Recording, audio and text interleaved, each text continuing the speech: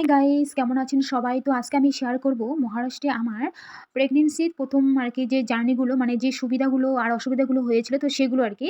তো এতদিন পর আমি ভিডিওটা বানাচ্ছি কারণ এতদিন পর আরকি ফোন আসলো যে মহারাষ্ট্রে ১ম বার বেবি হলে মায়েদের নাকি ৳৫,০০০ করে দেন সরকার থেকে।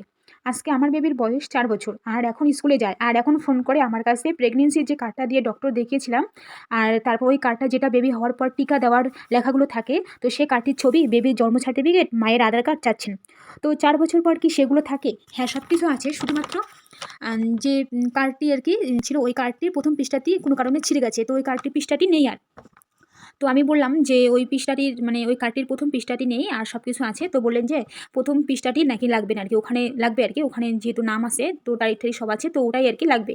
তো বললাম, "নেই।" তো উনারা বললেন, "তাহলে হবে না।" ১ম বার কিন্তু আমি যখন বেবি হয়েছিল তখন কিন্তু আমি কার্ডটির জেরক্স দিয়েছিলাম ৩-৪ বার। মানে ওই ডকুমেন্টসগুলো আধার কার্ড, তারপরে জন্মের সার্টিফিকেট, তারপরে হচ্ছে ওই কার্ডটির জেরক্স দিয়েছিলাম আরকি ২-৩ বার। তো তখন আসেনি। আর আজকে ৪ বছর আমার বেবির বয়স চলছে এখন ৪ বছর। ও স্কুলে যায়, অনেক বড় হয়ে গেছে। তো এখন তো বেবি বলে চলে না, না? তো এখন তো ছেলে আরকি। তো যাই হোক তো পর আমাকে ফোন করে বলছেন উনারা। যারা ভিডিওটা দেখছেন তো তাদের ওখানে ১ম বার বেবি হলে কত টাকা করে দেয়? অবশ্যই কিন্তু কমেন্ট করে জানাবেন, হ্যাঁ? আমার কিন্তু আর ৳৫,০০০ পাওয়া হলো না। তো যাই হোক ১ম প্রেগনেন্সির যে জার্নিগুলো আরকি সেগুলো তোমাদের সঙ্গে শেয়ার করছি। তো এখানে না মানে একটা মানে হসপিটাল আছে YCM হসপিটাল নামে। তো ওখানে আরকি সরকারি হসপিটাল। তো ওখানে আরকি মানে আমি ডক্টর দেখিয়েছিলাম প্রাইভেট হসপিটালে। প্রাইভেট হসপিটাল মানে ম্যাডামটার নাম হচ্ছে গৌরী পাটিল ম্যাডাম। উনার কিন্তু নিজের নার্সিং হোম আছে আরকি। তো আমি উনাকে ডক্টর দেখিয়েছিলাম ১ম মানে শেষ পর্যন্ত আরকি ১ম প্রেগনেন্সি থেকে একদম শেষ পর্যন্ত ৯ মাস পর্যন্ত। তো আর YCM যে হসপিটাল আছে সরকারি তো ওখানে কিন্তু নাম লেখাতে হয়। কারণ যখন ডেলিভারির সময় হয় তখন কিন্তু ওই কার্ডটা আরকি লাগে আরকি। থাকলে আরকি ভালো হয়। তো ওখানে নাম লেখাতে হয়। তো আমি নাম লিখিয়েছি ২ বার গিয়েছি। কিন্তু ওখান থেকে যে ওষুধগুলো দিয়েছেন তো খাইনি আরকি।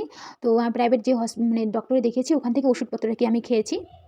আর এটা হচ্ছে প্রাইভেট হসপিটালে মানে প্রাইভেট যে নার্সিং হোমে দেখিয়েছিলাম তো ওই ডক্টরের আরকি কি বলে ওটাকে প্রেসক্রিপশন না কি যেন বলে আরকি ফাইল আরকি। তো এটা তো ম্যাডাম আরকি ডক্টর গৌরী পাটিল। তো উনার আরকি ফাইল। আর আমি আজকে এতদিন পর শেয়ার করছি কারণ এগুলো তো এখন লাগবে না, ফেলে দেবো। আর এটা হচ্ছে ওই সরকারি YCM যে হসপিটালে দেখিয়েছিলাম এই কার্ডটা আরকি। এই কার্ডটার ২ নাম্বার মানে ২য় যে পেজটা আছে ওখানে নাম লেখা আছে ওটা আরকি হারিয়ে গেছে মানে ছিঁড়ে গেছে আরকি। ওটা নেই, ওটার জন্য আমি পয়সাটা পেলাম না ৳৫,০০০।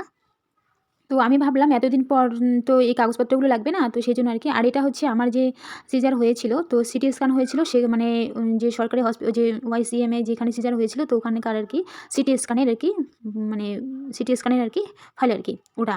আর এটা হচ্ছে YCM এ সিজার হওয়ার ৩ দিন পর আরকি আমাকে অন্য একটা প্রাইভেট হসপিটালে রেফার করেছিলেন। তো ওখানকার ফাইল আরকি এটা। তো ওখানে কিন্তু প্রাইভেট হসপিটাল ছিল আরকি মানে পয়সা দিয়ে থাকতে লাগতো। একদিনেই অনেক পয়সা যেত। একদিনেই ২,০০০ ৳২,৫০০ মানে এতটা করে টাকা যেত আরকি। তো আমি কিন্তু আমার ত্রিশুকে আমি প্রায় ১০ দিন পরে দেখেছিলাম। তো ত্রিশুকে ল্যাকটোজেন যে দুধ পাওয়া যায় আরকি বাচ্চাদের মানে বাচ্চাকে খাওয়ানোর জন্য তোলা দুধ। তো ওগুলো আরকি ত্রিশুকে খাওয়ানো হয়েছিল। তো ত্রিশু আমার কাছে ছিল না, ও বাড়িতে ছিল। মানে আমার বাবা-মার কাছে। তো উনারাই দেখেছিলেন ত্রিশুকে। আর আমি প্রায় ১০ দিন আমার ত্রিশুকে দেখেছিলাম। তো তো সরকারি হসপিটালে মানে প্রায় ১ সপ্তাহের মতো রাখে আরকি। মানে যাদের আরকি সিজার হয়। তো আমার মানে প্রবলেম ছিল প্লেটলেট আরকি। তো প্রেগনেন্সির সময় বেশিরভাগ মহিলাদের প্লেটলেট কমে যায়। তো আমার ১.৫ লাখ মানে ১.৫ লাখ প্লেটলেটের মধ্যে প্রায় ৫০,০০০ হয়ে এসেছিল। তো সেই অসুবিধা আরকি। তো শরীরটা খুবই অসুস্থ ছিল। সেজন্য আমাকে ওই প্রাইভেট হসপিটালে আরকি রেফার করেছিলেন উনারা। তো ওখানে জাস্ট শুধু দেখাশোনার জন্য আরকি। তো দেখাশোনার জন্য যদি কোনো মানে অসুবিধা হয় আরকি সেজন্য আরকি ওখানে আরকি পাঠিয়েছিলেন। তো এমনিতেই যদি অসুবিধা না থাকতো তাহলে প্রাইভেট হসপিটালে যাওয়ার কোনো দরকারই ছিল না। তো প্লেটলেটের অসুবিধার জন্য আরকি। তো সেজন্য আমাকে ওখানে পাঠিয়েছিলেন উনারা। তো এখন অনেক টেনশনে আছি কারণ যেহেতু ২য় প্রেগনেন্সি চলছে। তো খুব টেনশনে আরকি।